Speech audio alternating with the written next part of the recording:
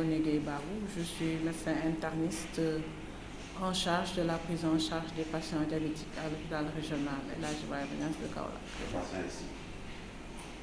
Oui, je pense qu'à l'échelle de ce qui se passe au niveau mondial, au niveau national, Kaolack n'est pas un radin par rapport à l'épidémie du diabète. Je pense qu'ici, on reçoit en moyenne une 50aine de patients par jour. Et puis, depuis le début de l'année 2019, on a en moyenne 25 nouveaux cas de patients diabétiques diagnostiqués.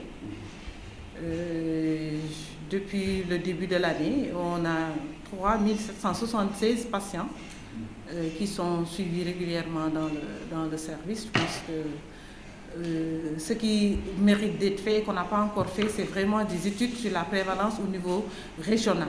Ça, je pense qu'on n'a pas encore fait, mais il faudrait qu'on réfléchisse à comment faire des enquêtes dans ce sens pour donner des chiffres réels. Mais ce qu'on peut vous donner comme indicateur, pour l'instant, c'est ça.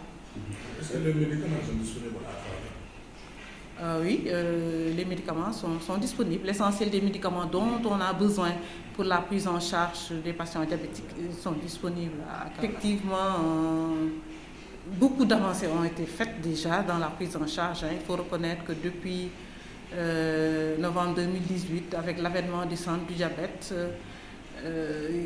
beaucoup d'avancées ont été faites sur le plan de la prise en charge, notamment une centralisation au niveau du centre, aussi bien pour les patients diabétiques adultes que les enfants diabétiques, eux, sont pris en charge ici.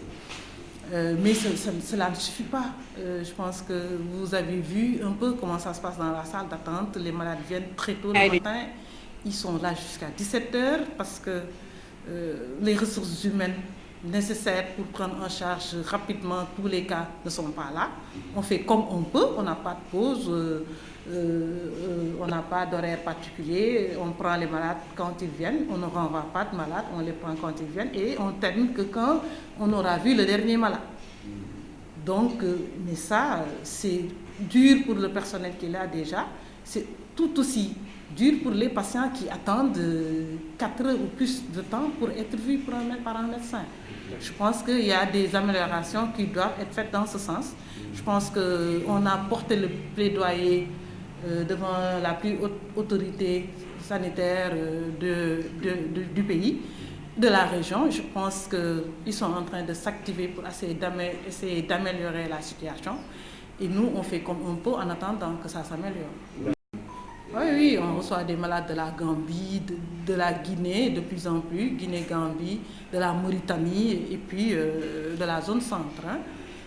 Voilà, donc je pense que...